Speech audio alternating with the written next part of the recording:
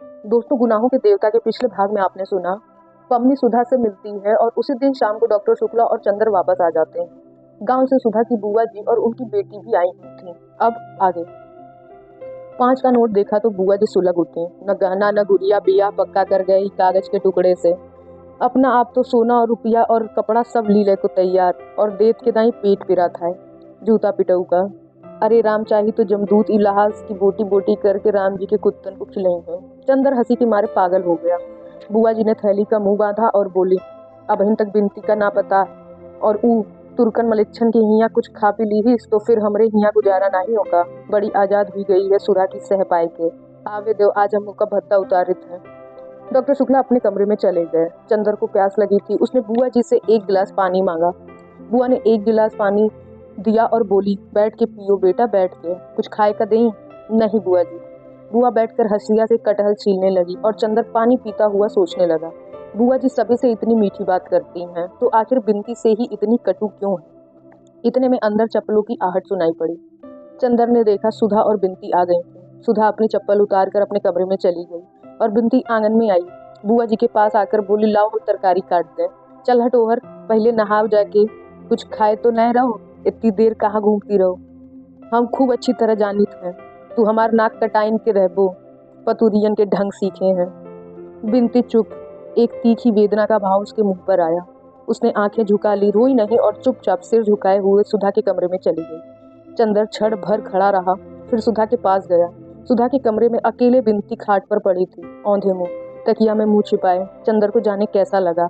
उसके मन में बेहद तरस आ रहा था इस बेचारी लड़की के लिए, जिसके पिता हैं ही नहीं और जिसे प्रताड़ना के सिवा कुछ नहीं मिला।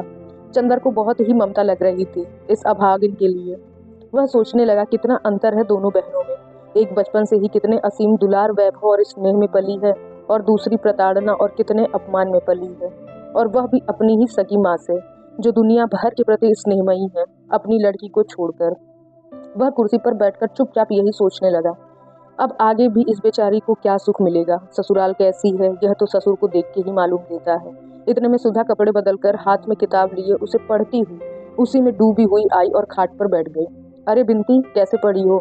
अच्छा तुम हो चंदर। बिनती उठो, उसने बिनती की पीठ पर हाथ रखकर कहा। बिनती जो अभी तक निश्चेष्ट पड़ी थी, सुधा के ममता भरे स्पर्श पर फूट फूट कर रो पड़ी। तो सुधा ने चंदर से कहा, क्या हुआ बिनती रानी को? और बिनती भी जोरों से सिसकियां भरने लगी। तो सुधा ने चंदर से कहा, कुछ तुमने कहा होगा, 14 दिन बाद आए हैं और आते ही लगे रुलाने उसे। कुछ कहा होगा तुमने, समझ गए।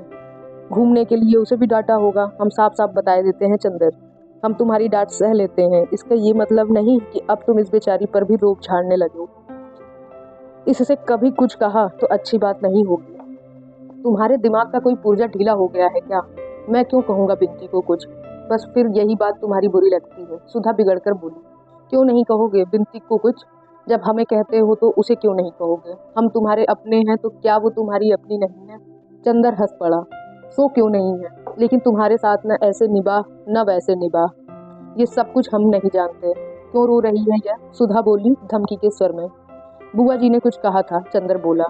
अरे तो उसके लिए रोना क्या, इतना समझाया तुझे कि उनकी तो आदत है हंसकर टाल दिया कर। चल उठ, हंसती है कि गुदगुदाऊं? सुधा ने गुदगुदाते हुए कहा।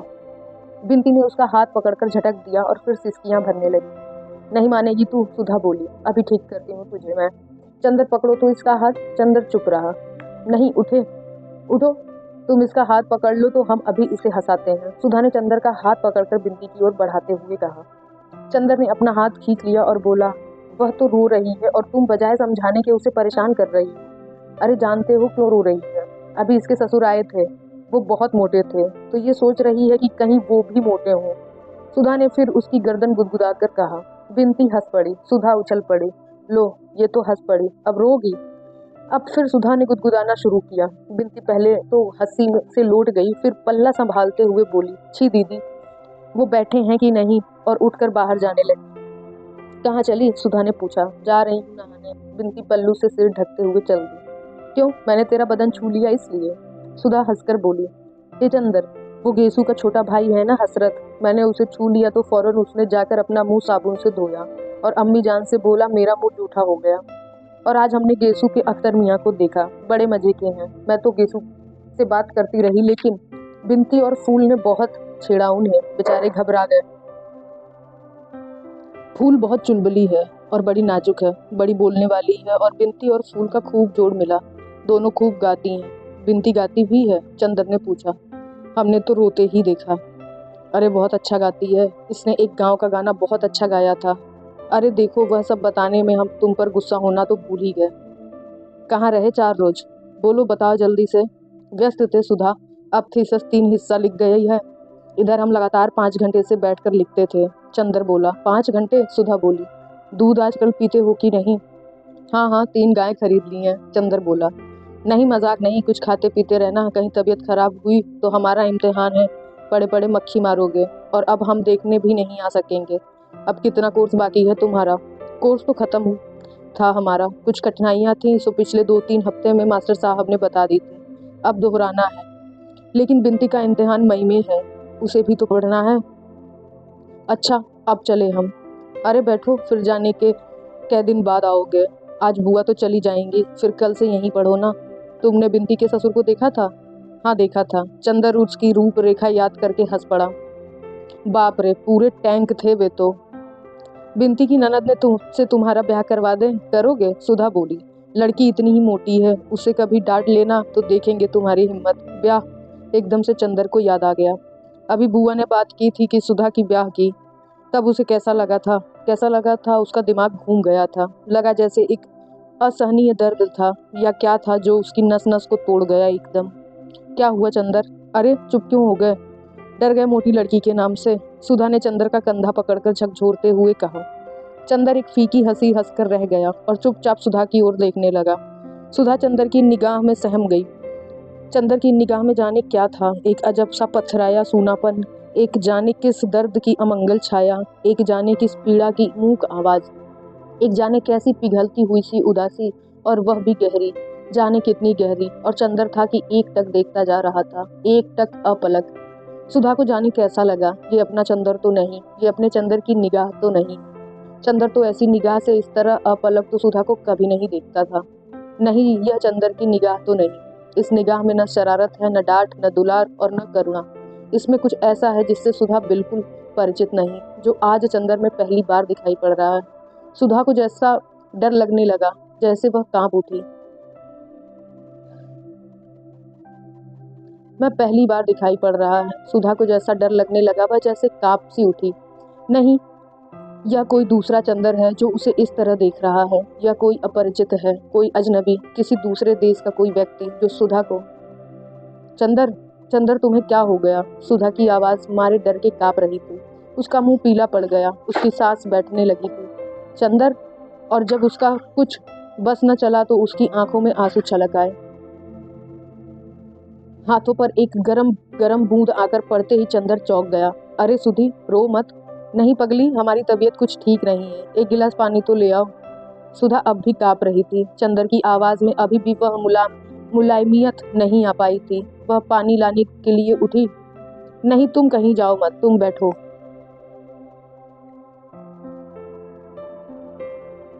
तुम यहीं बैठो। उसने उसकी हथेली अपने माथे पर रखकर जोर से अपने हाथों में दबा ली और कहा।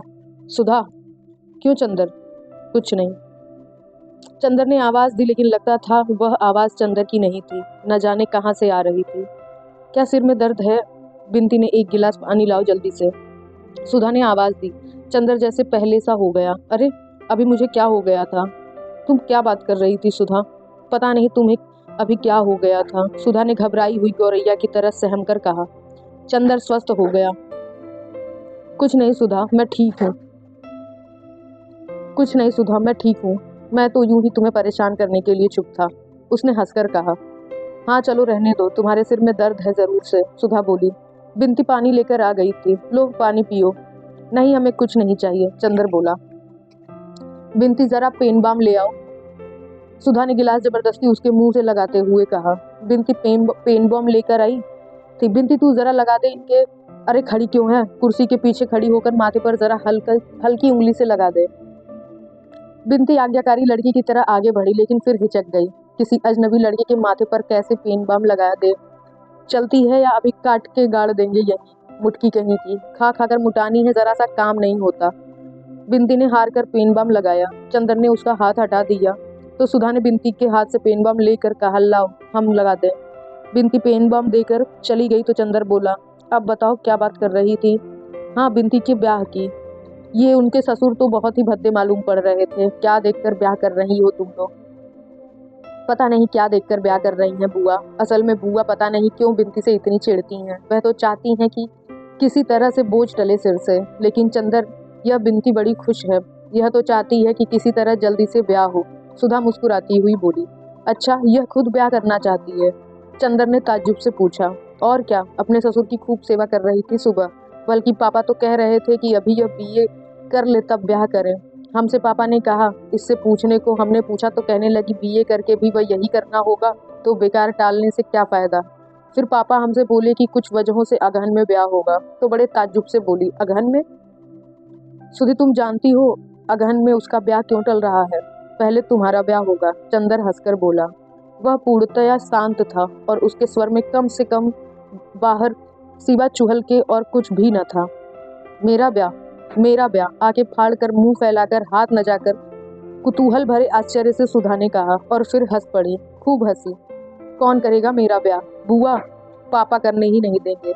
हमारे बिना पापा का काम ही नहीं चलेगा। और बाबू साहब तुम किस पर आकर रंग जमाओगे। ब्याह मेरा हूँ। सुधा ने मुंह बिचकाकर उपेक्षा से कहा। नहीं सुधा, मैं गंभीरता से कह रहा हूँ, 3-4 महीने के अंदर तुम्हारा ब्याह हो जाएगा। चंदर उसे विश्वास दिलाते हुए बोला। अरे जाओ, सुधा ने हंसते हुए कहा, ऐसे हम तुम्हारे बनाने में आ जाएं तो हो चुका। अच्छा जाने दो, तुम्हारे पास कोई पोस्ट कार्ड है। लाओ जरा इस कॉमरेड को एक चिट्ठी तो लिख दें। चंदर बात बदलकर बोला। पता नहीं क्यों इस विषय की बात करके चलने में उसे कैसा लगता था। कौन कॉमरेड, सुधा ने पूछा। तुम भी कम्युनिस्ट हो गए क्या। नहीं जी, वो बरेली का सोशलिस्ट लड़का कैलाश, जिसने झगड़े में हम लोगों की जान बचाई थी। हमने तुम्हें बताया नहीं था सब किस्सा उस झगड़े का, जब हम और पापा बाहर गए थे। हाँ हाँ बताया था। उसे जरूर खत लिख दो, सुधा ने पोस्ट कार्ड देते हुए कहा। तुम्हें पता मालूम है। चंदर जब पोस्ट कार्ड लिख रहा था तो सुधा ने कहा, सुनो उसे लिख देना कि पापा की जान बचाने के एवज में आपकी बहुत कृतज्ञ है, और कभी अगर हो सके तो आप इलाहाबाद जरूर आए। लिख दिया। हाँ, चंदर ने पोस्ट कार्ड जेब में रखते हुए कहा। चंदर हम भी सोशलिस्ट पार्टी के मेंबर होंगे, सुधा ने मचलते हुए कहा। चलो अब तुम्हें नई सनक सवार हुई। तुम क्या समझ रही हो सोशलिस्ट पार्टी को, राजनीतिक पार्टी है वह। यह मत करना कि सोशलिस्ट पार्टी में जाओ और लौट कर आओ तो पापा से कहो, अरे हम तो समझे पार्टी है, वहाँ चाय पानी मिलेगा, वहाँ तो सब लोग लेक्चर देते हैं। धत, हम कोई बेवकूफ़ हैं क्या, सुधा ने बिगड़कर कहा। नहीं सो तो तुम बुद्धि सागर हो, लेकिन लड़कियों की राजनीतिक बुद्धि कुछ ऐसी ही होती है, चंदर बोला। अच्छा रहने दो, लड़कियां ना हो तो काम ही न चले, सुधा ने कहा। अच्छा सुधा, आज कुछ रुपए दोगी, हमारे पास पैसे खत्म हैं और सिनेमा देखना है जरा, चंदर ने बहुत दुलार से कहा। हाँ हाँ जरूर देंगे तुम्हें, मतलबी कहीं के, सुधा बोली। अभी अभी तुम लड़कियों की बुराई कर रहे थे ना, तो तुम और लड़कियों में से थोड़े ही हो। तुम तो हमारी सुधा हो, सुधा महान। सुधा पिघल गई। अच्छा कितना लोगे, अपनी पॉकेट में से 5 रुपए का नोट निकाल कर बोली। इससे काम चल जाएगा। हाँ हाँ, आज जरा सोच रहे पम्मी के यहाँ जाएं, तब सेकंड शो जाएं। पम्मी रानी के यहाँ जाओगे, समझ गए। तभी तुमने चाचा जी से ब्याह करने से इनकार कर दिया। लेकिन पम्मी तुमसे 3 साल बड़ी है, लोग क्या कहेंगे, सुधा ने छेड़ा। हूँ तो क्या हुआ जी, सब यूं ही चलता है, चंदर हंसकर टाल गया। तो फिर खाना यही खाए जाओ और कार लेते जाओ, सुधा ने कहा। मंगाओ, चंदर ने पलंग पर पैर फैलाते हुए कहा। खाना आ गया और जब तक चंदर खाना खाता रहा सुधा सामने बैठी रही और बिनती दौड़ दौड़ कर पूड़ी लाती रही। जब चंदर पम्मी के बंगले पर पहुंचा तो शाम होने में देर नहीं थी, लेकिन अभी फर्स्ट शो शुरू होने में देरी थी। पम्मी गुलाबों के बीच में टहल रही थी और बर्टी एक अच्छा सा सूट पहने लॉन पर बैठा था और घुटनों पर ठुड्डी रखे कुछ सोच विचार में पड़ा था। बर्टी के चेहरे पर का पीलापन भी कुछ कम था। वह देखने से इतना भयंकर नहीं मालूम पड़ता था, लेकिन उसकी आंखों का पागलपन अभी वैसा ही था। और खूबसूरत सूट पहनने पर भी उसका हाल यह था कि एक कॉलर अंदर था और एक बाहर। पम्मी ने चंदर को आते देखा तो खिल गई। हेलो कपूर, क्या हाल है। पता नहीं क्यों आज सुबह से मेरा मन कह रहा था कि आज मेरे मित्र जरूर आएंगे, और शाम के वक्त तुम तो इतने अच्छे लगते हो जैसे वह जगमग सितारा जिसे देखकर कीट्स ने अपनी आखिरी सोनेट लिखी थी। पम्मी ने एक गुलाब तोड़ा और चंदर के कोट के बटन होल में लगा दिया। चंदर ने बड़े भय से बर्टी की ओर देखा कि कहीं गुलाब को तोड़े जाने पर वह फिर चंदर की गर्दन पर सवार न हो। लेकिन बर्टी कुछ बोला नहीं। बर्टी ने सिर्फ हाथ उठाकर अभिवादन किया और फिर बैठकर सोचने लगा। पम्मी ने कहा, आओ चंदर, अंदर चलें। और चंदर और पम्मी दोनों ड्राइंग रूम में बैठ गए। चंदर ने कहा, मैं तो डर रहा था कि तुमने गुलाब तोड़कर मुझे दिया तो कहीं बर्टी नाराज न हो जाए। लेकिन वह कुछ बोला नहीं। पम्मी मुस्कुराई। हाँ, अब वह कुछ कहता नहीं है और पता नहीं क्यों गुलाब से उसकी तबीयत भी इधर हट गई। अब वह उतनी परवाह भी नहीं करता। क्यों? चंदर ने ताज्जुब से पूछा। पता नहीं क्यों, मेरी तो समझ में या नहीं आता कि उसका जितना विश्वास अपनी पत्नी पर था वह इधर धीरे धीरे हट गया और इधर वह यह विश्वास करने लगा कि सचमुच वह सॉर्जन को प्यार करती थी, इसलिए उसने फूलों को प्यार करना छोड़ दिया। अच्छा, लेकिन यह हुआ कैसे? उसने तो अपने मन में इतना गहरा विश्वास जमा रखा था कि मैं समझता था कि मरते दम तक उसका पागलपन न छूटेगा। चंदर ने कहा, नहीं, बात यह हुई कि तुम्हारे जाने के 2-3 दिन बाद मैंने एक दिन सोचा कि मान लिया जाए अगर मेरे और बर्टी के विचारों में मतभेद है तो इसका मतलब यह नहीं कि मैं उसकी गुलाब चुराकर उसे मानसिक पीड़ा पहुंचाऊं और उसका पागलपन और बढ़ाऊं। बुद्धि और तर्क के अलावा भावना और सहानुभूति का भी एक महत्व मुझे लगा और मैंने फूल चुराना छोड़ दिया। 2-3 दिन बाद वह बेहद खुश रहा, बेहद खुश, और मुझे भी बड़ा संतोष हुआ कि लो, अब बर्टी शायद ठीक हो जाए। लेकिन तीसरे दिन सहसा उसने अपना खुरपा फेंक दिया, कई गुलाब के पौधे उखाड़ कर फेंक दिए और मुझसे बोला, अब तो कोई फूल भी नहीं चुराता, अब भी वह इन फूलों से नहीं मिलती। वह जरूर सॉर्जन के साथ जाती है, वह मुझे प्यार नहीं करती, हरगिज नहीं करती। और वह रोने लगा। बस उसी दिन से वह गुलाबों के पास नहीं जाता और आजकल बहुत अच्छे अच्छे सूट पहनकर घूमता है और कहता है, क्या मैं सॉर्जन से कम सुंदर हूँ? और इधर वह बिल्कुल पागल हो गया है, पता नहीं किससे अपने आप लड़ता रहता है। चंदर ने ताज्जुब से सिर हिलाया। हाँ, मुझे बड़ा दुख हुआ, पम्मी बोली। मैंने तो हमदर्दी की फूल चुराने के बंद कर दिए और उसका नतीजा यह हुआ। पता नहीं क्यों कपूर, मुझे लगता है कि हमदर्दी करना इस दुनिया में सबसे बड़ा पाप है। आदमी से हमदर्दी कभी नहीं करनी चाहिए। चंदर ने सहसा अपनी घड़ी देखी। क्यों? अभी तुम नहीं जा सकते? बैठो और बातें सुनो। इसलिए मैंने तुम्हें दोस्त बनाया। आज 2-3 साल हो गए मैंने किसी से बातें ही नहीं की और तुमसे इसलिए मैंने मित्रता की कि बातें करूंगी। चंदर हंसा। आपने मेरा अच्छा उपयोग ढूंढ निकाला। नहीं, उपयोग नहीं कपूर, तुम मुझे गलत न समझना। जिंदगी ने मुझे इतनी बातें बताई हैं और यह किताबें जो मैं इधर पढ़ने लगी, उन्होंने मुझे इतनी बातें बताई हैं कि मैं चाहती हूँ कि उन पर बातचीत करके अपने मन का बोझ हल्का कर लूँ और तुम्हें बैठ कर सुननी होंगी सभी बातें। हाँ, मैं तैयार हूँ, लेकिन किताबें पढ़नी कब से शुरू कर दी तुमने? चंदर ने ताज्जुब से पूछा। अभी, उस दिन से। मैं डॉक्टर शुक्ला के यहाँ गई, उनकी लड़की से मालूम हुआ कि तुम्हें कविता पसंद है। मैंने सोचा उसी पर बातें करूं और मैंने कविताएं पढ़नी शुरू कर दी। अच्छा, तो देखता हूँ कि 2-3 हफ्ते में भाई और बहन दोनों में कुछ परिवर्तन आ गया है। पम्मी कुछ बोली नहीं, हंस दी। मैं सोचता हूँ पम्मी कि आज सिनेमा देखने जाऊं। कार है साथ में, अभी 15 मिनट बाकी है, चाहो तो चलो। सिनेमा?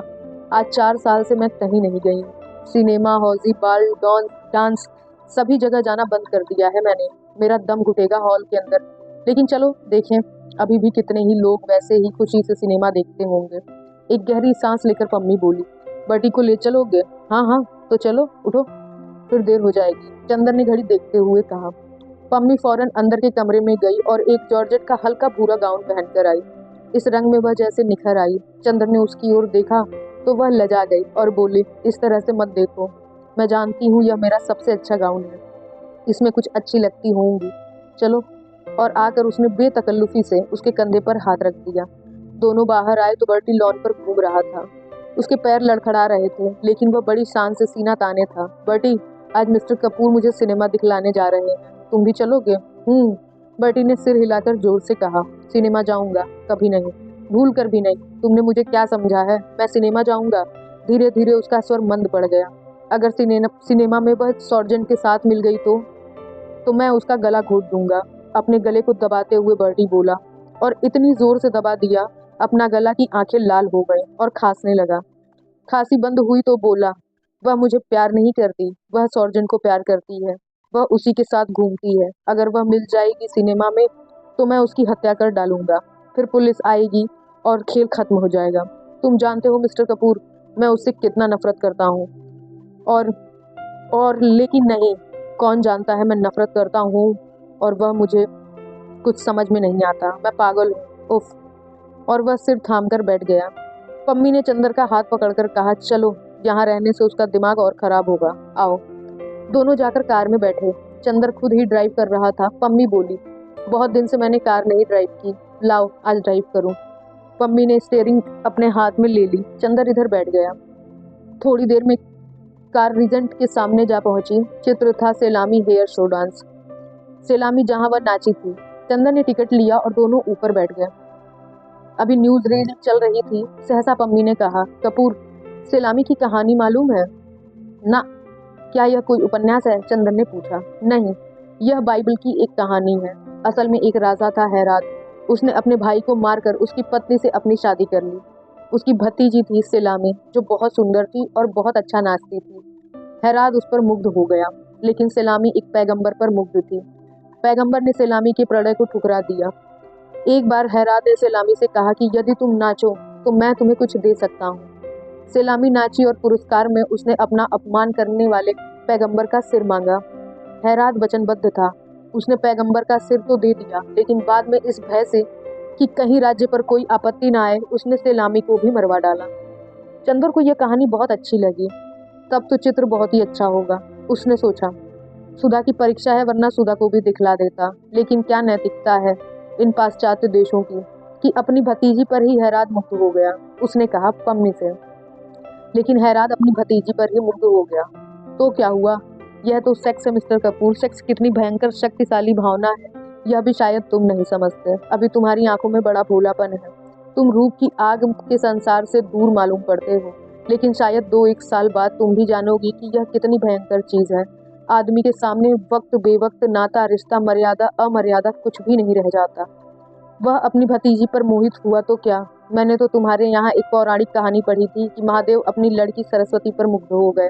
महादेव नहीं, ब्रह्मा, चंद्र बोला। हाँ हाँ, ब्रह्मा, मैं भूल गई थी।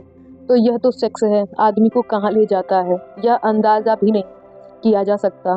तुम तो अभी बच्चों की तरह भोले हो, और ईश्वर न करे तुम कभी इस प्याले का शरबत चखो। मैं भी तो तुम्हारी इसी पवित्रता को प्यार करती हूँ। पम्मी ने चंदर की ओर देखकर कहा, तुम जानते हो मैंने तलाक क्यों दिया? मेरा पति मुझे बहुत चाहता था, लेकिन मैं विवाहित जीवन के वासनात्मक पहलू से घबरा उठी। मुझे लगने लगा मैं आदमी नहीं हूँ, बस मांस का लोथड़ा हूँ जिसे मेरा पति जब चाहे मसल दे, जब चाहे। ऊब गई थी। एक गहरी नफरत थी मेरे मन में। तुम आए, तुम बड़े पवित्र लगे। तुमने आते ही प्रणय याचना नहीं की। तुम्हारी आंखों में भूख नहीं थी, हमदर्दी थी, स्नेह था, कोमलता थी, निश्चलता थी। मुझे तुम काफी अच्छे लगे। तुमने मुझे अपनी पवित्रता देकर जिला दिया। चंदर को एक अजब सा गौरव अनुभव हुआ और पम्मी के प्रति एक बहुत ऊंची आदर भावना। उसने पवित्रता देकर जिला दिया। सहसा चंदर के मन में आया, लेकिन यह उसके व्यक्तित्व को पवित्रता किसकी दी हुई है? सुधा की ही ना।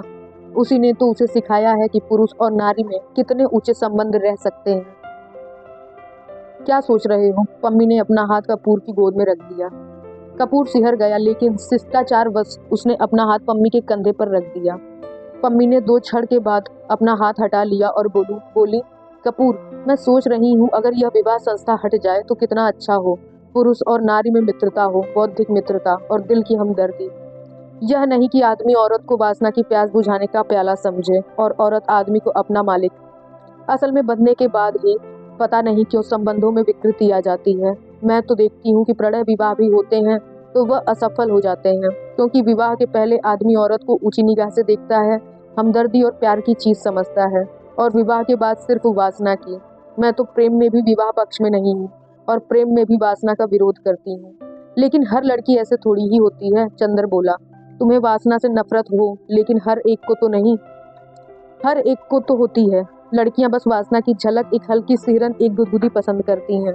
बस उसी के पीछे उन पर चाहे जो दोष लगाया जाए। लेकिन अधिकतर लड़कियां कम वासना प्रिय होती हैं, लड़के ज्यादा। चित्र शुरू हो गया।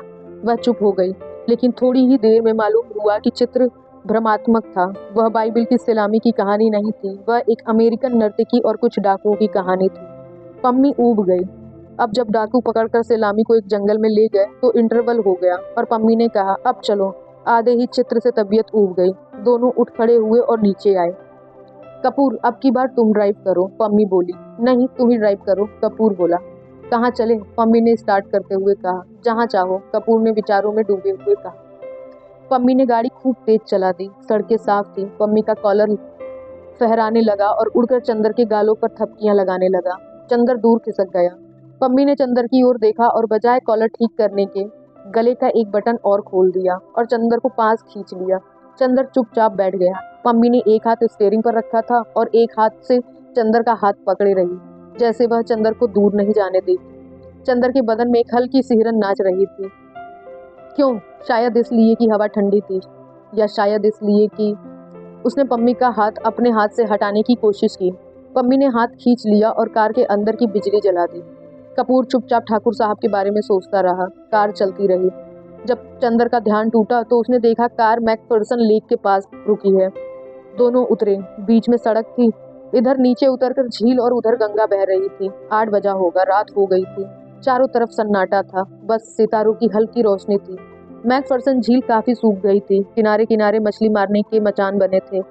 इधर आओ, पम्मी बोली, और दोनों नीचे उतरकर मचान पर जा बैठे। पानी का धरातल शांत था। सिर्फ कहीं कहीं मछलियों के उछलने या सांस लेने से पानी हिल जाता था। पास ही के नीवा गांव में किसी ने शायद शादी की थी। जो सहनाई का हल्का सा स्वर हवाओं की तरंगों पर हिलता डुलता हुआ आ रहा था।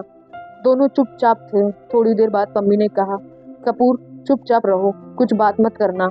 उधर देखो, पानी में सितारों का प्रतिबिंब देख रहे हो? चुप्पे से सुनो, ये सितारे क्या बता रहे हैं, क्या बातें कर रहे हैं। पम्मी सितारों की ओर देखने लगी। कपूर चुपचाप पम्मी की ओर देखता रहा। थोड़ी देर बाद सहसा पम्मी एक बांस से टिक कर बैठ गई। उसके गले के 2 बटन खुले हुए थे और उसमें से रूप की चांदनी फटी पड़ती थी। पम्मी आंखें बंद किए बैठी थी। चंदर ने उसकी ओर देखा और फिर जाने क्यों उससे देखा नहीं गया, वह सितारों की ओर देखने लगा। पम्मी के कॉलर के बीच से सितारे टूट टूट कर बरस पड़े। सहसा पम्मी ने आंखें खोल दी और चंदर का कंधा पकड़कर बोली, कितना अच्छा हो अगर आदमी हमेशा संबंधों में एक दूरी रखे, सेक्स न आने दे। ये सितारे हैं, देखो कितने नजदीक हैं, करोड़ों बरस से साथ हैं, लेकिन कभी भी एक दूसरे को छूते तक नहीं। तभी तो संग निभ जाता है। सहसा उसकी आवाज में जाने क्या छलक आया कि चंदर जैसे मदहोश हो गया। बोली वह, बस ऐसा हो कि आदमी अपने प्रेमास्पद को निकटतम लाकर छोड़ दे, उसको बांधे ना। कुछ ऐसा हो कि होठों के पास खींचकर उसको बांधे ना। कुछ ऐसा हो कि होठों के पास खींचकर छोड़ दे। और पम्मी ने चंदर का माथा होठों तक लाकर छोड़ दिया। उसकी गरम गरम सांसें चंदर की पलकों पर बरस गईं।